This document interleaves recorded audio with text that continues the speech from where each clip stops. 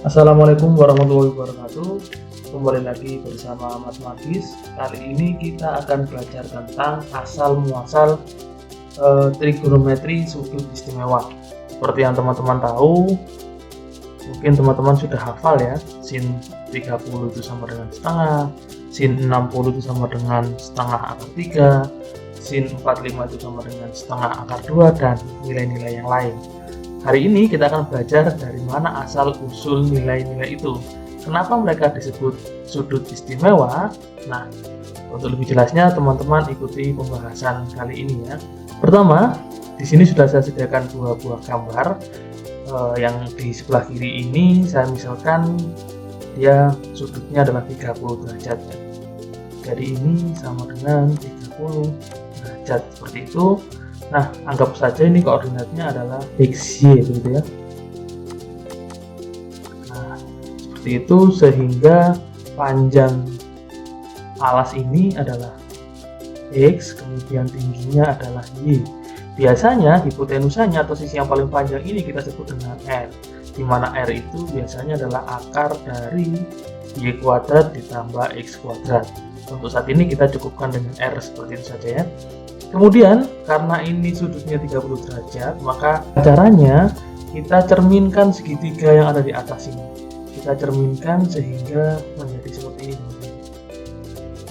Nah, anggap sama ya, karena gambar saya ini terlalu bagus.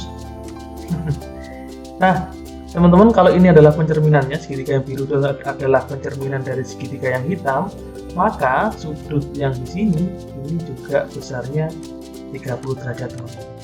Nah, karena ini 30 derajat, kemudian ini siku-siku, berarti kan yang di sini 60 derajat. Gitu kan? Nah, kemudian ini juga berarti 60 derajat. Begitu, teman-teman. Nah, kalau teman-teman jumlahkan, ini sudutnya totalnya 60 derajat, yang di sini 60 derajat, yang di sini juga 60 derajat, maka segitiganya adalah segitiga sama sisi. Jadi kalau di sini R, maka Y itu mudah karena Y itu hanya setengahnya ya. Dari sini ke sini, perhatikan teman-teman. Nah, dari sini ke sini maka Y itu sama dengan setengah R. Kita bisa tulis Y sama dengan setengah dari R. Nah, kita cari X nya kemudian. X itu berarti kalau pakai Pythagoras maka akar dari R kuadrat dikurangi Y. Y nya adalah setengah R. Nah, dikurangi Y kuadrat, maka di sini dikurangi dengan setengah R kuadrat, sehingga hasilnya adalah akar R kuadrat dikurangi 1/4 R kuadrat. Begitu teman-teman. Kemudian jadi ini sama dengan akar 3/4 R kuadrat. Nah, karena ini yang kuadrat menyebutnya, kemudian R kuadrat juga, maka keluar dari akarnya menjadi 1/2 R akar 3. Jadi yang tidak bisa diakarkan adalah 3 ya. Jadi kita tetap tulis akar 3 sebagaimana aslinya. Kemudian kita cukup bandingkan saja tuh. Untuk mencari nilai sinnya, maka sin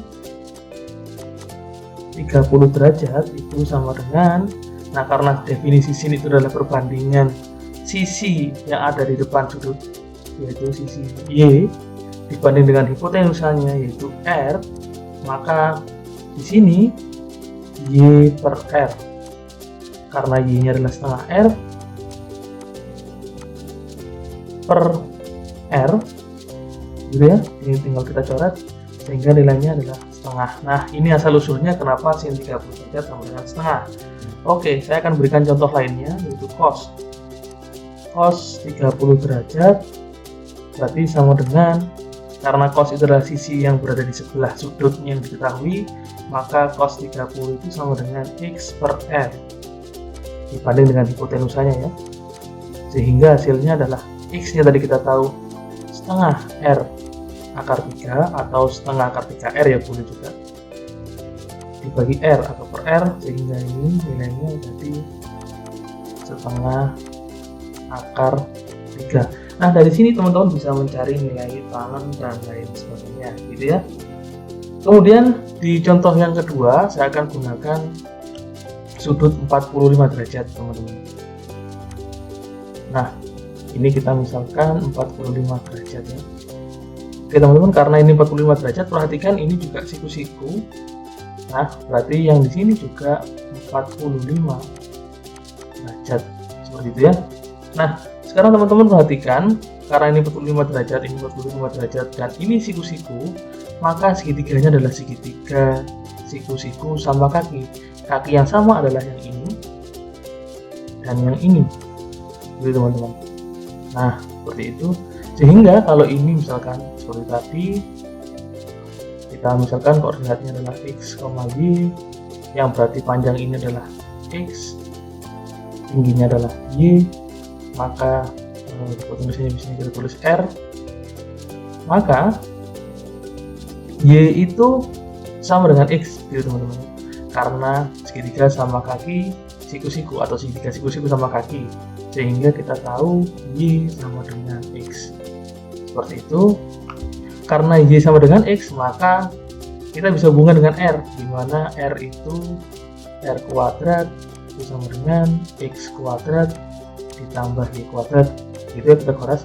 Kemudian kita samakan x-nya dengan y, x kuadrat ditambah x kuadrat, jadi ini kita ganti dengan x, sehingga hasilnya adalah 2x kuadrat, sehingga x-nya adalah, atau x kuadrat dulu deh, x kuadrat sama dengan r kuadrat per 2, sehingga x itu nilainya adalah akar dari r kuadrat per 2. Nah, berarti secara sederhana x itu sama dengan 1 per 2 akar 2 r. Jadi teman-teman. Nah, berapakah y-nya? Karena x sama dengan y, ya berarti y-nya sama, yaitu setengah akar 2r. Nah, setelah kita tahu nilai y dan nilai x, maka kita tinggal cari saja nilai sin dan cos-nya. Jadi, sin 45 derajat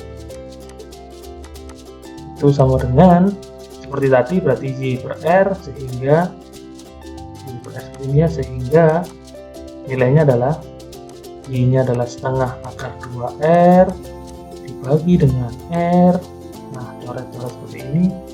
Nah, hasilnya adalah setengah akar 2. Nah, teman-teman bisa lihat cos 45 itu sama dengan x per r. Nah, karena x-nya sama dengan y, nah di sini bisa kita tuliskan x sama dengan y, maka nilainya juga sama dengan yang ini ya. Nah, ini sama nilainya. Jadi sama dengan setengah akar 2. Begitu teman-teman. Untuk mencari nilai tangannya sebenarnya gampang, nanti teman-teman tinggal membandingkan aja, karena tangan itu secara konsepnya dia adalah sin per cos ya. Nah, seperti itu. Teman-teman mungkin untuk tangan 45 sudah terlihat jelas di situ ya. Coba teman-teman lihat tangan 45 derajat itu sama dengan berapa? Tangan itu adalah definisinya perbandingan antara sisi yang ada di depan dengan sisi yang ada di samping ini. Nah, karena sama berarti nilai perbandingannya berapa? Begitu ya. Ini sekilas untuk sudut istimewa yang besarnya 30 derajat dan 40 derajat. Kenapa dia disebut istimewa? Karena segitiga-segitiga yang digunakan di sini adalah segitiga istimewa. Yang pertama yaitu segitiga sama sisi yang sudutnya berhubungan dengan 30 derajat. Kemudian yang kedua, ini adalah segitiga siku-siku sama kaki. Oleh sebab itu, nilai-nilainya disebut sebagai nilai sudut istimewa atau nilai dari sudut istimewa. Jadi teman-teman, mungkin teman-teman bisa melanjutkan pembahasan ini untuk nilai yang lainnya, seperti pada sudut 60 derajat, 90 derajat, atau 0 derajat. Jika teman-teman sudah paham konsep ini, teman-teman nanti bisa mencari nilai sudut istimewa di keempat kuadran. Jadi nilai trigonometri sudut istimewa nanti bisa teman-teman cari di 4 kuadran ini. Nah, teman-teman pelajari dulu konsepnya, silahkan dicari nanti. Jadi teman-teman tidak perlu menggunakan hafalan lagi, teman-teman karena sudah tahu konsepnya. Kalau lupa ya tinggal diolah-olah sebentar saja, gitu ya. Oke, cukup sekian untuk kali ini. Semoga ilmunya bermanfaat. Saya akhiri, wassalamualaikum warahmatullahi wabarakatuh.